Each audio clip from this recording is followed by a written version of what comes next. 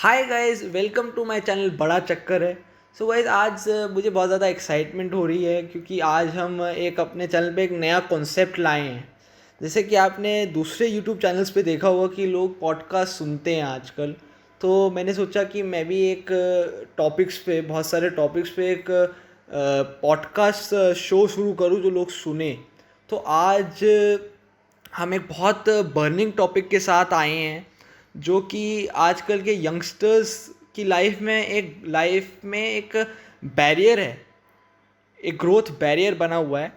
तो आज मेरी फैमिली में एक बहुत ज़्यादा क्लोज मेंबर आएंगे मेरे पॉडकास्ट शो में, जो एक certified coach for learning disability का उन्होंने डिग्री ले रखी है, और वो और कोई नहीं, मेरी मॉम है। तो so welcome my mom. Thank you thank you. So mom काफ़ी ज़्यादा शाय हैं यूट्यूब वीडियो बनाने में। बहुत दिनों से मैं बात कर रहा था कि नए नए वीडियो बनाने के लिए थोड़ा मैं इंसिस्ट कर रहा था कि चलो आते हैं यूट्यूब पे। तो मैं आशा करता हूँ कि आपको बहुत पसंद आएगा, तो keep watching and take a big life. So तो आज तो आपने आपको कौन सा टॉपिक लिया तो आप मुझसे पहले बात तो करने के पहले लिए?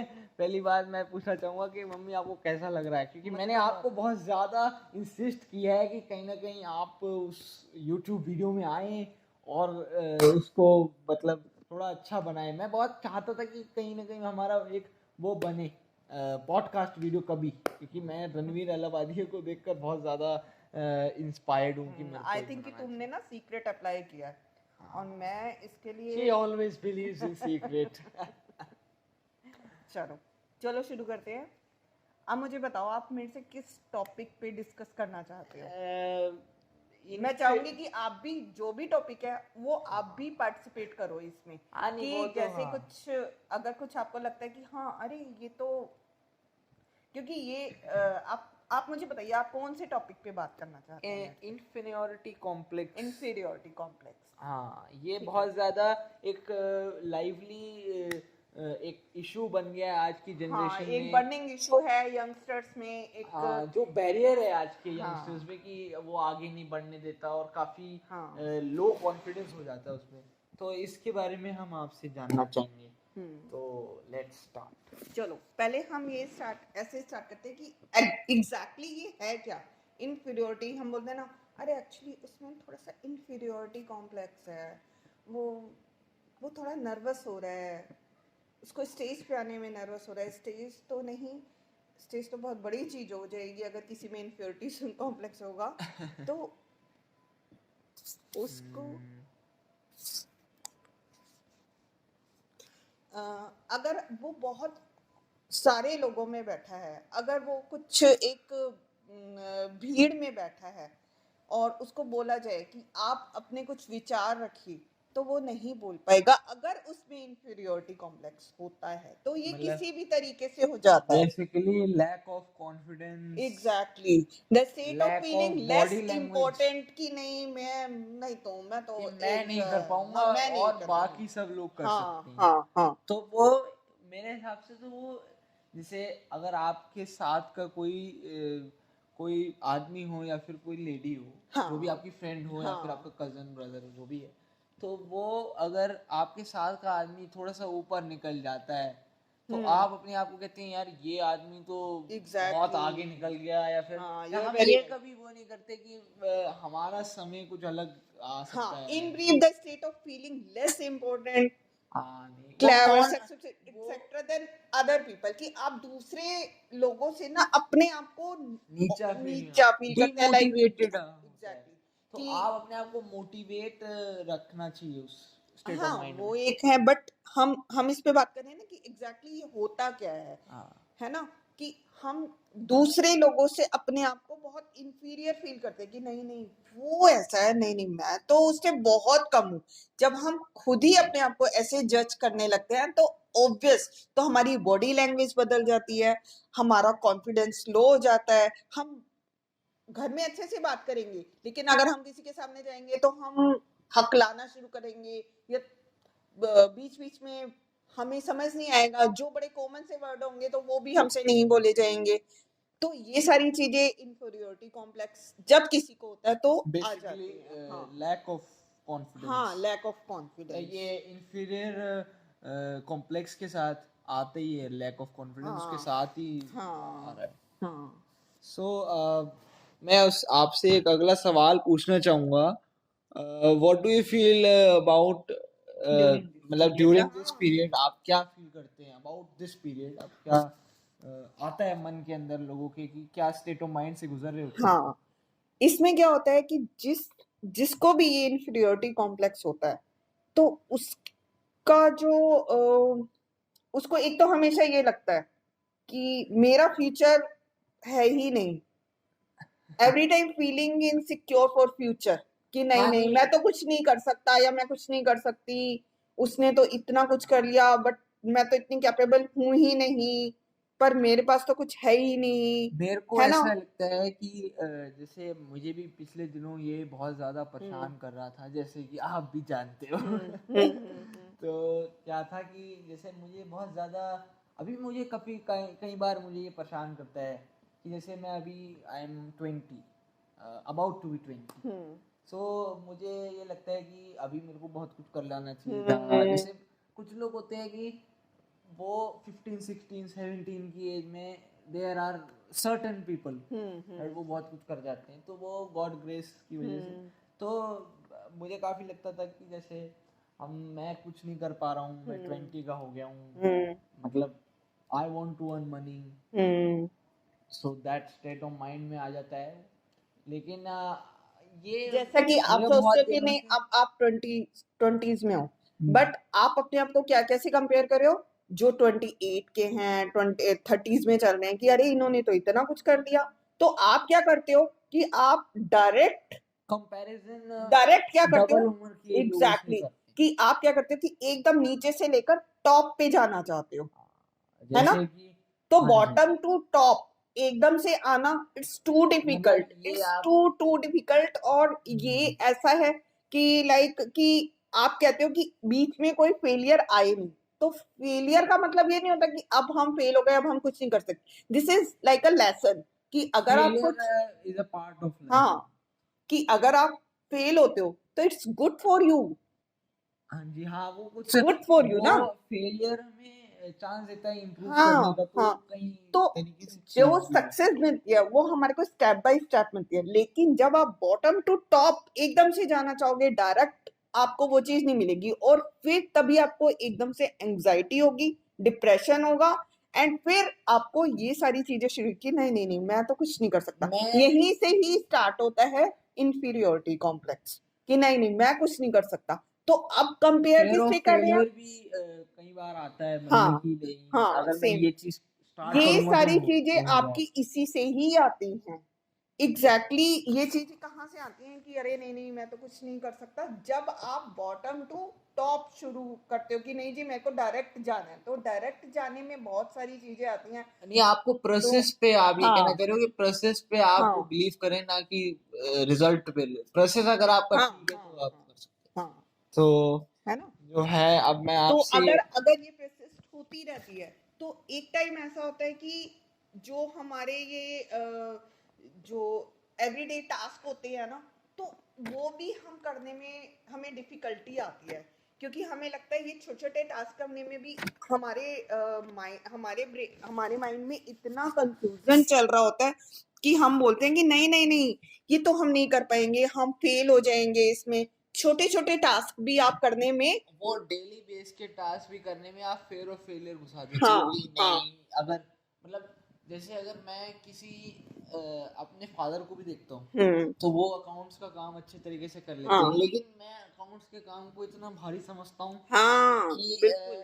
कि ऐसा लगता है नहीं आपको ये ऐसा लगता है he is born to do that, मतलब कि एग्जैक्टली हाँ वो भाई हाँ बंदा पेट से तो नहीं लेके आया ना अपनी मम्मी बिल्कुल की बिल्कुल कि बिल्कुल भाई बाय मेरे को ये बर्थ कुछ करना नहीं है। होता, आपको सब कुछ सीखना पड़ता हाँ, तो है आप ना? हार्ड वर्क और प्रोसेस पे ज्यादा ध्यान दे हाँ रहे जी, एवरीडे वर्क लाइक अगर आपको कोई कहे बैंक में चले जाओ तो आप कहोगे अरे मैं बैंक में कैसे जाऊंगा, मैं ये कैसे करूंगा, बर्थ क्योंकि राइट किसी का किस पे नहीं है। हाँ हाँ हाँ, है तो ना? ये काफी अच्छा आपने एक्सप्लेन करा।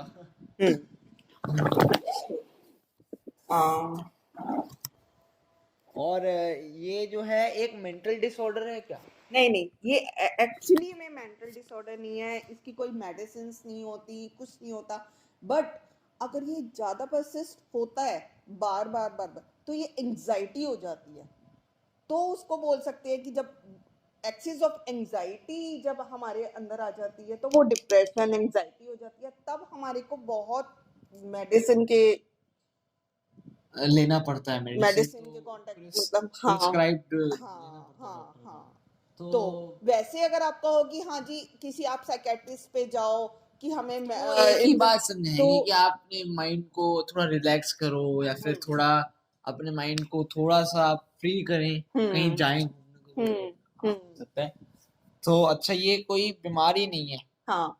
और मैं आपको एक बात और बताना चाहूंगी कि एक्चुअली ये कोई बीमारी नहीं है, और ये ऑल ऑफ सडन नहीं होता कि आप बैठे हो थोड़े टाइम बाद आपने देखा अरे मेरे को ये क्या हो रहा है कि मेरे को इन्फीरियोरिटी ये कॉम्प्लेक्स हो गया, मैं नर्वस हो रहा हूँ, मैं कुछ कर नहीं पा रहा, ऐसा नहीं है। ये आपको कैसे बताऊं, जैसे बचपन से ही ना, जब बच्चे को हम उसकी अपब्रिंगिंग कर रहे होते हैं, तो हमारे को इस बात का बहुत ध्यान रखना पड़ता है कि जैसे अगर आप बच्चे के आगे कुछ ऐसे डिग्रेडेड वर्ड्स बोलेंगे उसे कि नहीं नहीं अरे ये क्या किया, अरे ये तो आपने बहुत गंदा किया है, अरे ऐसे थोड़ी करते हैं, हर बार उसको कंप्लेन करेंगे, कुछ इस डिग्रेड नहीं, है ना, ये डिग्रेड करते करेंगे, हैं तो तो बच्चे के अंदर एक फियर आ जाएगा। और यू कुछ हैव बच्चे टू ऐसे अप्रिशिएट एवरीथिंग दैट हाँ योर चाइल्ड डू। एवरीथिंग। हाँ, अगर वो बच्चा एक बच्चा अगर फर्स्ट में नर्सरी या फर्स्ट में है, अगर वो बहुत कम मार्क्स लाता है, अगर वो फेल भी होता है, तो भी आप उसे अप्रिशिएट करो। आप उसको ये नहीं करो, अरे वो बच्चा तो फर्स्ट आया है लेकिन आप तो बेटा ये क्या किया, आपने तो हमारी नाक कटवा दी। नहीं तो ये बच्चे नहीं, ये मैं एक बार इसमें इंटरप्ट करना चाहूँगा। जैसे फर्स्ट आना, ठीक है, फर्स्ट आते हैं उनको कोई कंप्लेंट नहीं है। हाँ फर्स्ट आना, आजकल जो पेरेंट्स हैं, हाँ आजकल जो पेरेंट्स हैं जो मैंने देखे हैं, मैं जैसे चंडीगढ़ में भी पढ़ा हूँ आपके साथ, तो आजकल जो पेरेंट्स हैं, जैसे 50 नंबर का आपका एग्ज़ाम है, तो जिसके नंबर 49 भी आ रहे हैं, जिसके नंबर 49 भी आ रहे हैं, तो उसकी मम्मी भी उसे थोड़ा सा डिग्रेड कर रही है कि एक नंबर कट कैसे किया भाई। मतलब ये ये परफेक्ट चीज कोई नहीं होता हाँ, है। तो ये चीज नहीं होनी चाहिए। ये मेरा कहने का मतलब यही था कि हमारी बच्चों की अपब्रिंगिंग इतनी अच्छे से होनी चाहिए, मतलब आप जैसे इतनी देखते हैं कि स्कूल्स में जो है बुली हो रहे हैं बच्चे, हाँ या बच्चे फिर बुली आप हो रहे हैं कॉलेज या में। टीचर बोल रही है कि हाँ, नहीं ये बच्चा तो बिल्कुल नहीं पढ़ता, इसके मार्क्स तो हमेशा, ये तो पूरा टाइम डिसिप्लिन बैठा नहीं रहता है। है या फिर वैसा है। तो तो स्कूल में भी काउंसलिंग, टीचर्स की काउंसलिंग भी होनी चाहिए कि वो बच्चों से कैसे बिहेव करे। तो इन सब बातों का बहुत ज्यादा इफेक्ट पड़ता है, और वो धीरे धीरे हमें पता भी नहीं लगता कि बच्चा मन में क्या सोच रहा है, उसके अंदर वो डर क्यों रहा है। हम उससे पूछ रहेंगे अरे बेटा आप डर क्यों रहे हो, ये तो इतनी छोटी सी बात थी, आप क्यों, लेकिन हमें रूट कोस पता ही नहीं होता कि उसके साथ स्कूल में क्या हुआ, हाँ, द मेन है ना। Cause is school no no no there. No not school, आप ये नहीं कह सकते कि सिर्फ स्कूल में ही। नहीं, आप मतलब जो स्कूल में लोगों तो का बच्चा ठीक है, सराउंडिंग लेकिन है आपका। एग्जैक्टली अगर आपका सराउंडिंग ठीक नहीं है, अगर आप घर पे भी आते हो या आपके फैमिली, आप एक जॉइंट डिग्रेड फैमिली करते हैं, में हाँ, रहते हो, और आपके जो और आसपास के बच्चे हैं जो आपको कजिन्स डिग्रेड हैं, रखते हैं, ऐसा है। तो वो गलत चीज है ना। हाँ जी।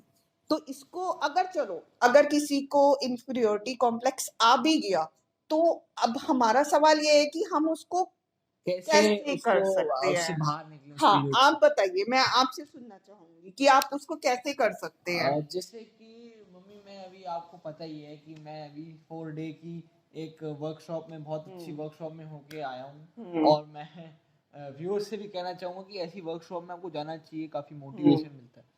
तो मैं जब वहाँ पे होके आया, तो सर्टन एक एक्सरसाइज कराई गई। जैसे मेरा फ़ोन ले लिया गया पूरे एक दिन के लिए, तो उसमें क्या था कि आप नेचर के साथ घूमो।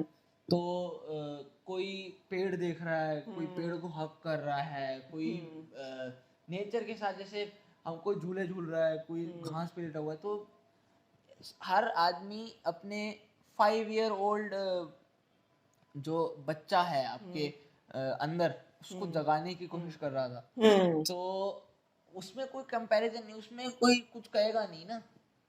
बिल्कुल जैसे अब एक ने क्या किया, जैसे उसने बताया, मेरा एक फ्रेंड था वहाँ पे, तो उसने बताया कि जैसे मैंने दो फ्लावर्स को देखा, तो फ्लावर्स एक छोटा था और एक बड़ा एक बड़ा था। तो उसमें क्या था, उनमें बिल्कुल भी, वो कह रहा था इसमें बिल्कुल कंपैरिजन नहीं है, वो एक अपनी खूबसूरती है और एक अपनी है, तो इससे उसकी एग्जाम्पल ये छोटे मिलता है, एक छोटे फ्लावर की एक अपनी ब्यूटी ब्यूटी है। है ना, और एक जो बड़ा फ्लावर है उसकी एक अपनी अलग ब्यूटी है। तो हाँ, आप ऐसे नहीं कह सकते हैं तो दोनों ही फ्लावर्स। नहीं आप ये नहीं कह सकते अगर आप उसको अलग अलग रखते हो तो हैं तो दोनों ना। एकदम से कोई कहेगा ना, oh wow what a beautiful flower. दोनों की अलग अलग हाँ खासियत है, तो किसी को कंपेयर नहीं करना चाहिए। और जैसे मेरा एग्जांपल आपने लिया था कि मैं काफ़ी कंपैरिजन में करता हूँ अभी भी, लेकिन मैं इम्प्रूव करने की कोशिश कर रहा हूँ। तो एक मैंने एक छोटा सा थॉट सुना था इंस्टाग्राम पे, तो वो था कि सूरज हो या चांद, चमकते अपने वक्त पर ही हैं। आप रात को मून को देखोगे और सुबह सन को देखोगे, तो दोनों का अलग एक इम्पोर्टेंस है। तो अपने वक्त पर, तो you have to wait and do the hard work and process, believe I it. Appreciate so thank you for this wonderful podcast, और मैं आपको बहुत ज़्यादा धन्यवाद कहना चाहूँगा। थैंक यू तो गाइस, आपको कैसा लगा ये पॉडकास्ट? अगर आपको अच्छा लगा तो शेयर करें, लाइक करें, सब्सक्राइब करें, और आपकी कोई भी क्वेरी हो तो प्लीज कमेंट में लिखिए। और थैंक यू। Thank you.